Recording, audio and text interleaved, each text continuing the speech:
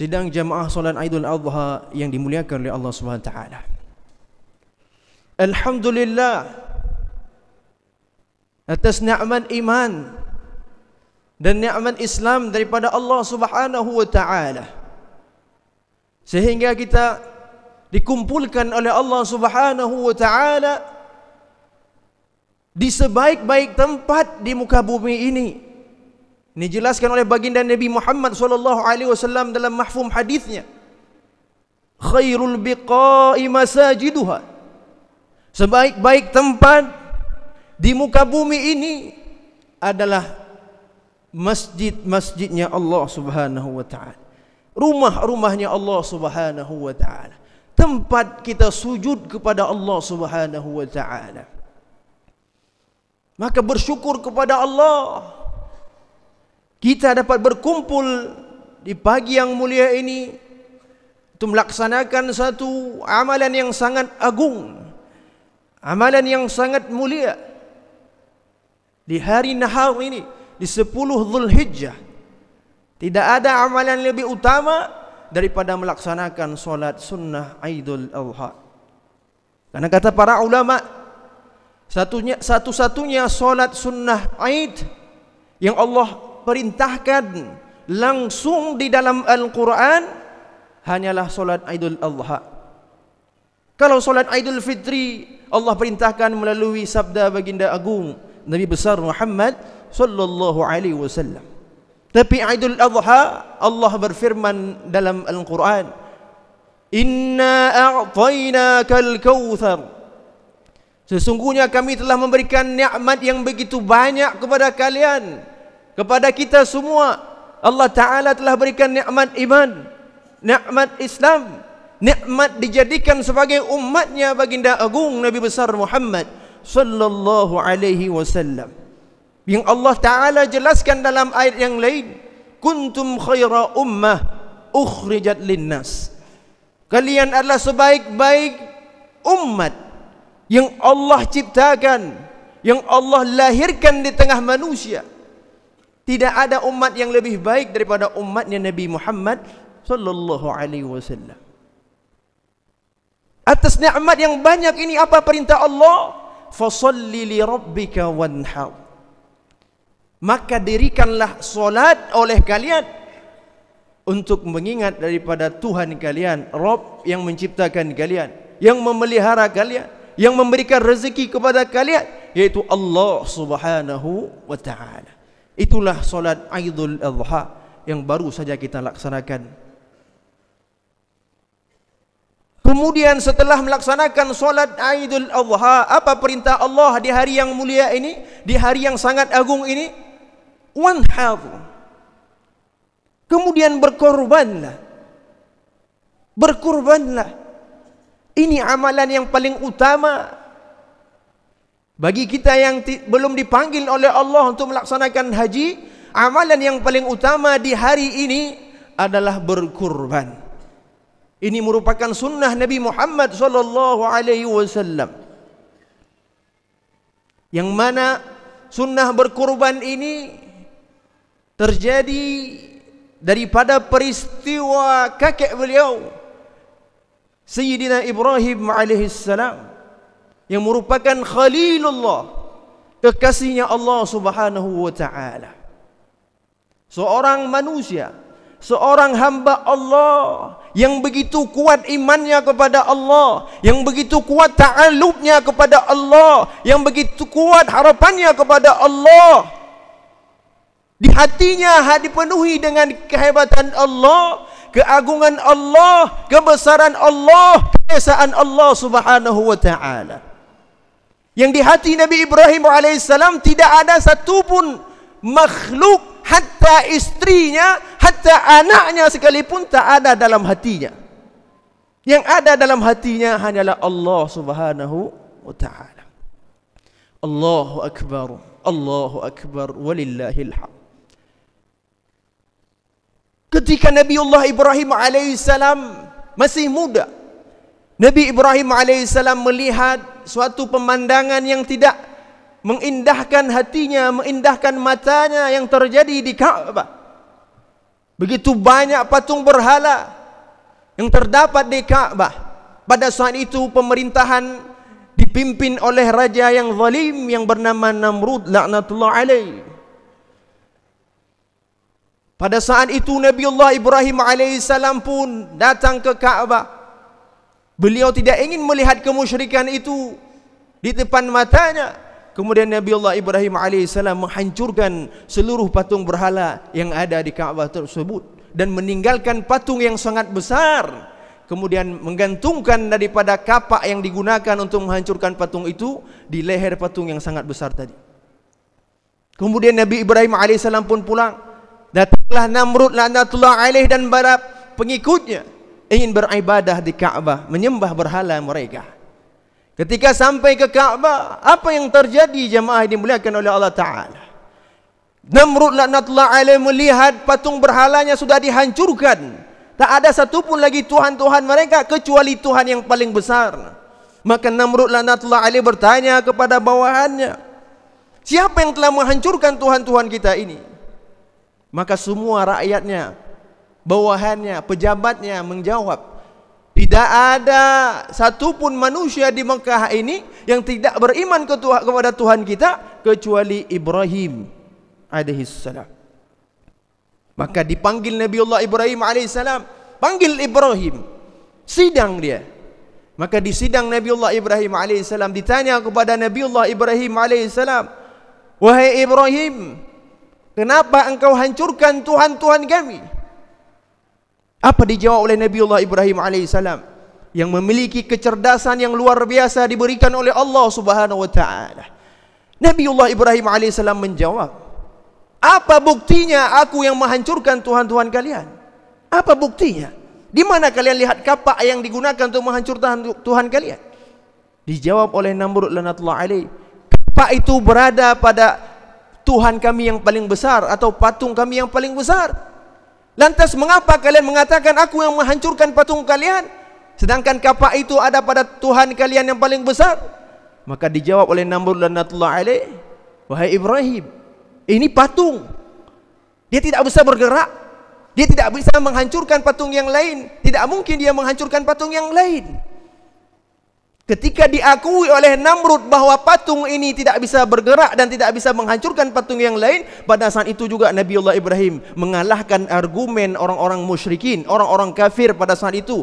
Katakan oleh Nabi Ibrahim alaihissalam, wahai Namrud, jika kamu mengakui bahwa itu adalah patung yang tidak bisa menghancurkan patung yang lain, tidak bisa memberikan manfaat dan menolak mudarat, tidak bisa memberikan apa yang kalian inginkan, kenapa kalian anggap patung itu sebagai Tuhan? Kenapa kalian menyembah patung-patung tersebut? Dia bukanlah Tuhan. Tuhan yang sesungguhnya adalah la ilaha illallah, tiada Tuhan selain Allah. Inni wajjahtu wajhiya lilladzi fataras samawati wal arda hanifan musliman wa ma ana minal musyrikin, kata Nabi Ibrahim alaihissalam. Ketika mencari Allah, melihat bulan, melihat bintang, melihat matahari, semuanya hilang, tenggelam. Tidak mungkin Tuhan itu hilang, pasti ada yang menghilangkannya, yaitu Allah Subhanahu wa ta'ala. Aku hadapkan hatiku hanya kepada Allah yang menciptakan langit, yang menciptakan bumi, yang menciptakan isi di antara langit dan bumi. Ketika dibantah oleh Nabiullah Ibrahim alaihissalam, logika Namrud, logika orang kafir-kafir musyrik, mereka tidak bisa lagi membantah daripada kebenaran yang disampaikan oleh Nabi Ibrahim alaihissalam. Akhirnya Namrud laknatullah alaih menggunakan kekuatannya, menggunakan kekuasaannya, menggunakan daripada jabatannya sebagai presiden pada saat itu untuk menghukum Nabiullah Ibrahim alaihissalam. Walaupun beliau benar, tapi beliau telah mengalahkan daripada logika Namrud laknatullah alaih. Apa hukuman Namrud laknatullah alaih berikan kepada Nabiullah Ibrahim alaihissalam? Namrud laknatullah alaih memerintahkan seluruh rakyatnya, wahai rakyatku seluruhnya, kumpulkan kayu bakar. Ketika Namrud laknatullah alaih memerintahkan untuk mengumpulkan kayu bakar, yang mulia, seluruh rakyatnya mengumpulkan kayu bakar. Dari anak kecil, remaja, dewasa, orang tua, bahkan kakek-kakek yang sudah tua renta pun mengumpulkan kayu bakar dengan semangat, ingin membakar daripada Nabi Allah Ibrahim alaihissalam. Kayu bakar dikumpulkan di padang luas, lapangan yang luas, sehingga sudah menggunung kayu bakar saking banyaknya. Kemudian dihidupkan api untuk membakar Nabi Allah Ibrahim alaihissalam. Api yang berkorbar luar biasa besarnya menyebabkan Namrud laknatullah alaih berdiri sangat jauh daripada api karena kepanasan. Hatta disebutkan oleh para ulama, jika ada burung yang lewat daripada api yang akan membakar Nabi Allah Ibrahim, burung itu akan mati karena uap kepanasan daripada besarnya api yang akan membakar Nabi Allah Ibrahim alaihissalam. Ketika api yang begitu besar sudah berkobar, Namrud laknatullah alaih pun bingung. Tiban cara datik Nabi Allah Ibrahim alaihissalam dalam api, dalam api yang begitu luar biasa besarnya. Maka Namrud laknatullah alaih dibimbing oleh iblis laknatullah alaih sebagai gurunya. Buat ketapel, wahai Namrud. Maka Namrud pun membuat ketapel, alat untuk melemparkan Nabi Allah Ibrahim alaihissalam dalam api. Sebelum dilemparkan Nabi Allah Ibrahim alaihissalam dalam api yang mulia, Nabi Allah Ibrahim alaihissalam dilucuti seluruh pakaiannya, dibuka seluruh pakaiannya. Tak ada satupun helai benang di tubuh Nabi Allah Ibrahim alaihissalam sebelum dilemparkan ke dalam api. Kemudian dilemparkan Nabi Allah Ibrahim alaihissalam dalam api dengan ketapel tersebut. Ketika Nabi Allah Ibrahim alaihissalam jatuh ke dalam api, malaikat Jibril alaihissalam datang menjumpai Allah Ta'ala dan mengabarkan, wahai Allah, kekasihmu, khalilmu, satu-satunya hambamu yang beriman kepada engkau, satu-satunya manusia yang menyembah engkau di muka bumi ini, telah dizalimi oleh Namrud laknatullah alaih. Wahai Allah, kata malaikat Jibril, izinkan aku Jibril membantu sahabatku, membantu hambamu, membantu khalilmu yang sedang dibakar di dalam api oleh Namrud laknatullah alaih. Apa kata Allah Ta'ala? Wahai Jibril, jika memang Ibrahim berhajat kepada engkau, membutuhkan bantuanmu, persilahkan, bantulah dia. Maka datanglah malaikat Jibril alaihissalam untuk menawarkan bantuan kepada Nabiullah Ibrahim alaihissalam. Dikatakan oleh malaikat Jibril, wahai Ibrahim, maukah aku berikan bantuan kepadamu? Aku perintahkan malaikat penjaga awan untuk menurunkan hujan agar api membakar dirimu itu padam. Atau malaikat penjaga angin agar meniupkan angin, api yang membakar dirimu itu juga padam. Apa keluar daripada lisan Nabiullah Khalilullah Ibrahim alaihissalam pada saat itu? Beliau tidak terkesan dengan bantuan daripada malaikat Jibril alaihissalam, dan beliau menjawab, wahai Jibril, kepadamu aku sedikit pun tidak berhajat, aku tidak butuh sedikit pun kepada bantuanmu. Allah abadikan perkataan Nabi Ibrahim dalam Al-Quran, hasbunallahu wa ni'mal wakil, ni'mal maula wa ni'mal nasir. Cukuplah bagiku Allah, cukuplah bagiku pertolongan Allah. Aku tak butuh pertolongan makhluk, hatta makhluk itu sayyidul malaikah, malaikat Jibril sekalipun menawarkan bantuan aku tidak butuh, kata Nabi Ibrahim alaihissalam. Hatta pada saat ini untuk berdoa, mengangkat tangan, aku meminta kepada Allah agar Allah selamatkan aku pun aku tak butuh. Kenapa? Aku sangat yakin, haqqul yakin, Allah subhanahu wa ta'ala maha mengetahui keadaanku saat ini. Allah subhanahu wa ta'ala maha mengetahui yang terbaik untukku saat ini. Mudah bagi Allah untuk menolongku, untuk menyelamatkanku. Tak butuh bantuanmu wahai Jibril. Kembali malaikat Jibril menghadap Allah subhanahu wa ta'ala dan mengatakan, ya Allah, hambamu Ibrahim tidak butuh kepada bantuanku wahai Allah. Dia hanya berhajat kepadamu, dia hanya butuh kepadamu. Maka kata Allah subhanahu wa ta'ala, wahai Jibril, jika kekasihku, khalilku Ibrahim tidak butuh kepadamu dan tidak berhajat kepadamu, dia hanya berhajat kepadaku, aku sendiri akan menolongnya. Aku sendiri akan menolongnya. Bagaimana cara Allah menolong kekasihnya Nabiullah Ibrahim alaihissalam? Butuhkah Allah untuk memadamkan api yang membakar Nabiullah Ibrahim alaihissalam? Ulama katakan tak butuh bagi Allah untuk memadamkan api. Kenapa? Karena api makhluk Allah.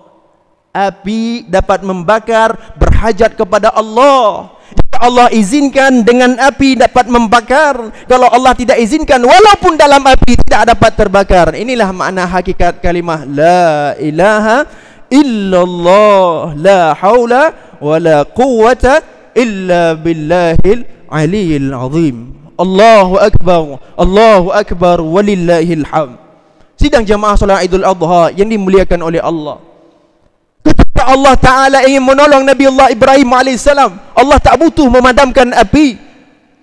Allah cukup berfirman kepada api, ya nar, wahai api, kuni bardaw wa salaman ala Ibrahim. Berilah keselamatan dan dinginlah engkau, dan selamatkanlah Nabiullah Ibrahim alaihissalam. Sehingga ulama katakan pada saat itu juga Nabiullah Ibrahim alaihissalam dalam api merasakan nikmat seperti nikmat di dalam syurga. Suasana ruangan seperti ruangan ber-AC, sedangkan di luar api yang membakar Nabiullah Ibrahim terasa uap panasnya kepada Namrud laknatullah alaihi dan para pengikutnya dari jarak yang sangat jauh. Namrud laknatullah alaih melihat Nabiullah Ibrahim alaihissalam dalam api, jangankan terbakar kulitnya, satu bulu roma pun tidak terbakar dengan izin daripada Allah Subhanahu wa taala. Allahu akbar walillahil hamd. Ketika hati Nabi Ibrahim hanya dipenuhi dengan kebesaran Allah, kekuasaan Allah, kehebatan Allah, keagungan Allah, harapannya hanya kepada Allah, permintaannya hanya kepada Allah, ta'alubnya hanya kepada Allah, tak ada di hatinya selain Allah. Hakikat daripada kalimah la ilaha illallah menancap dalam hatinya. Suasana keadaan apapun tidak menjadi masalah baginya karena Allah bersamanya. Ini pelajaran pertama ketika kita memperingati Idul Adha, yaitu tingkatkan iman kita kepada Allah, tingkatkan ketakwaan kita kepada Allah. Ketika kita bersama Allah, seluruh masalah menjadi kecil. Tak ada masalah ketika kita bersama Allah. Tapi kalau kita kehilangan Allah, pada saat itulah awal daripada seluruh masalah dalam kehidupan kita. Sidang jamaah salat Idul Adha yang dimuliakan oleh Allah, Malaikat Jibril alaihissalam pada suatu ketika, kata para ulama, ingin menguji kecintaan Nabi Ibrahim alaihissalam kepada Allah. Malaikat Jibril meminta kepada Allah, ya Allah, izinkanlah aku untuk menguji daripada kekasihmu, Khalilmu Ibrahim.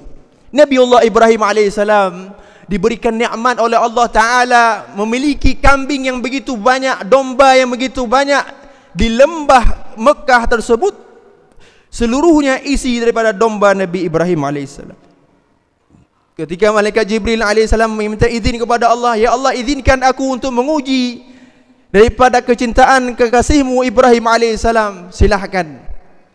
Apakah dia benar mencintai engkau atau dia lebih mencintai domba-dombanya? Maka datanglah Malaikat Jibril alaihissalam menyerupai daripada seorang kakek tua menjumpai Nabi Ibrahim alaihissalam.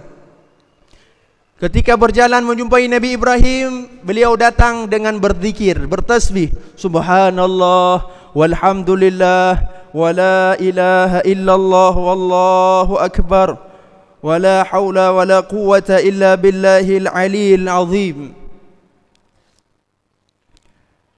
Ketika mendengar daripada tasbih tersebut, sidang jamaah salat Idul Adha ini muliakan oleh Allah Subhanahu wa taala, Nabi Ibrahim alaihissalam pun mengatakan, siapa yang bertasbih tadi? Maka dijawab, saya, oleh Malaikat Jibril yang menyerupai kakek tua itu.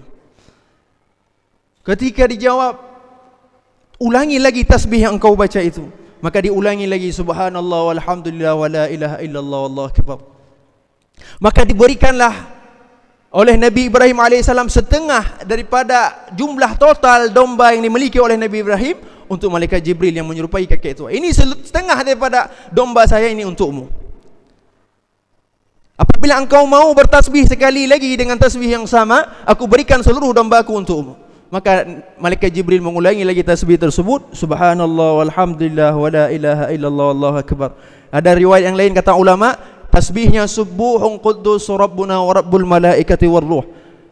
Maka ketika diulangi tasbih tersebut, Nabi Ibrahim alaihissalam, seluruh dombaku aku berikan untukmu. Tak ada satu pun lagi tinggal daripada dombanya. Dan Nabiullah Ibrahim alaihissalam mengatakan, ya mulia, seandainya Allah subhanahu wa ta'ala memberikan aku anak laki-laki yang sudah lama aku tunggu-tunggu, jika Allah meminta anak laki-laki itu untuk aku korbankan untuk Allah agar Allah ridha kepada aku, anak laki-laki itu pun aku akan korbankan untuk Allah subhanahu wa ta'ala. Bukan hanya domba yang aku miliki ini, anak laki-lakiku pun aku korbankan untuk Allah subhanahu wa ta'ala. Inilah ikrar yang menjadi syariat daripada kurban yang kita laksanakan pada hari ini, yang mulia. Kemudian malaikat Jibril alaihissalam mengatakan kepada Nabiullah Ibrahim alaihissalam, wahai Ibrahim, aku ini Jibril, aku ini datang kepadamu hanya ingin menguji engkau saja. Apakah engkau lebih mencintai dombamu atau engkau lebih mencintai Allah subhanahu wa ta'ala? Dan imanmu telah terbukti, cintamu telah terbukti, engkau telah mengorbankan seluruh apa yang kamu miliki, dombamu, hanya dengan 2 tasbih yang aku baca tadi.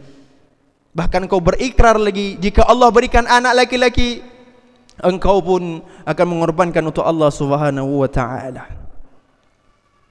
Maka berlalu beberapa masa kemudian, ya mulia, Allah subhanahu wa ta'ala berikan Nabiullah Ibrahim alaihissalam anak laki-laki yang bernama Ismail alaihissalam. Ketika diberikan Nabi Ibrahim anak laki-laki yang lama dia tunggu-tunggu, yang lama dia bernazar kepada Allah, diminta kepada Allah untuk diberikan anak laki-laki, Allah pun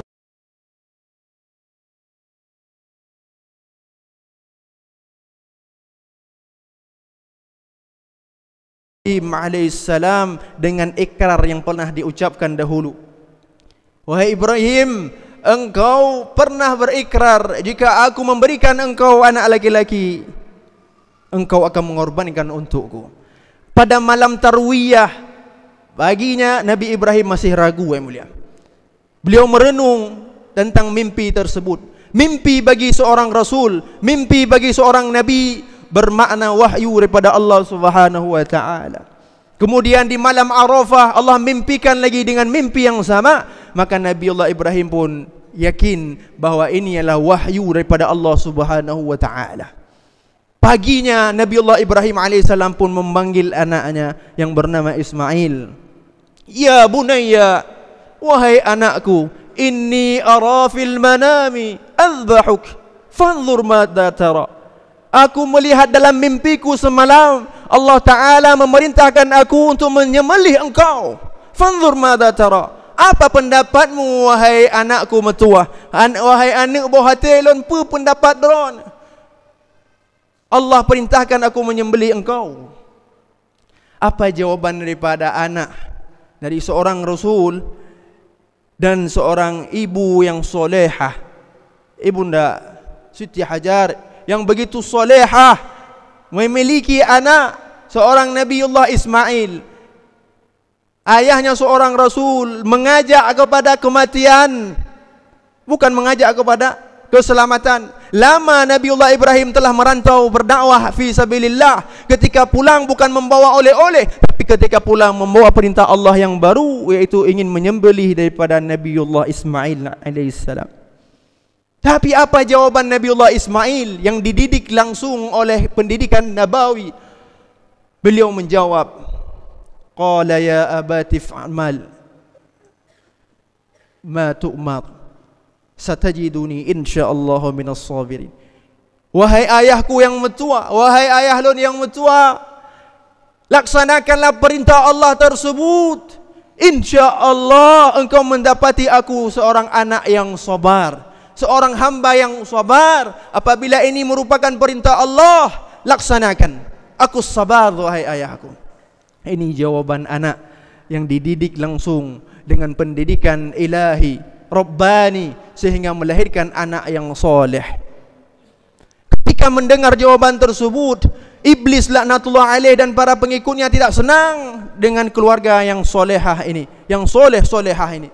Datang iblis kepada Nabiullah Ibrahim, menggoda Nabiullah Ibrahim untuk tidak jadi menyembelih daripada anaknya Ismail. Datang kepada Nabiullah Ismail, datang kepada ibundanya Hajar untuk menggoda agar tidak jadi. Singkat cerita yang mulia, seluruh keluarga Nabiullah Ibrahim alaihissalam tidak mampu digoda oleh iblis laknatullah alaih.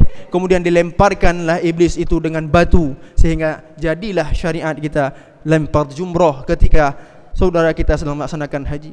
Syariat di mana Nabiullah Ibrahim alaihissalam melempar godaan iblis pada saat itu untuk menggagalkan mereka untuk melaksanakan perintah Allah, menjalankan daripada apa yang diridhai oleh Allah, itu menyembelih anaknya Ismail. Sidang jamaah solat Idul Adha yang dimuliakan oleh Allah Subhanahu wa taala. Kemudian yang mulia, singkat cerita, Nabiullah Ibrahim alaihissalam pun membawa anaknya ke tengah padang pasir, kemudian diikat tangan dan kaki daripada Nabiullah Ismail, ditutup mata Nabiullah Ismail alaihissalam. Kemudian dikatakan oleh Nabiullah Ismail alaihissalam, yang artinya, wahai ayahku, ikat tanganku yang kencang wahai ayahku agar aku tidak bergerak.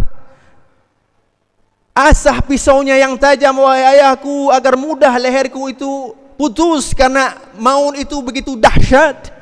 Wahai ayahku, jangan sampai darah yang menempel di bajuku itu nampak oleh ibuku, karena ibuku akan sedih melihatnya. Wahai ayahku, aku rela, aku ridha dengan ketetapan Allah ini. Jika memang leherku ini engkau sembelih menyebabkan Allah ridha, laksanakan wahai ayahku, jangan engkau ragu. Maka Nabiullah Ibrahim alaihissalam pun mengasah pisaunya yang akan digunakan untuk menyembelih leher anaknya yang sangat dia cintai, yang sangat dia tunggu-tunggu, yang sangat dia bangga-banggakan. Tapi Allahu Akbar walillahil hamd, penyembelihan pun terjadi. Ketika disembelih daripada leher Nabiullah Ibrahim, Nabi Ismail alaihissalam, pisau yang begitu tajam itu tidak mau memotong daripada leher yang mulia Nabiullah Ismail alaihissalam. Sehingga Nabiullah Ibrahim alaihissalam melemparkan pisau itu ke sebuah batu, dan batu itu pun terbelah. Jamaah ini dimuliakan oleh Allah Subhanahu wa taala.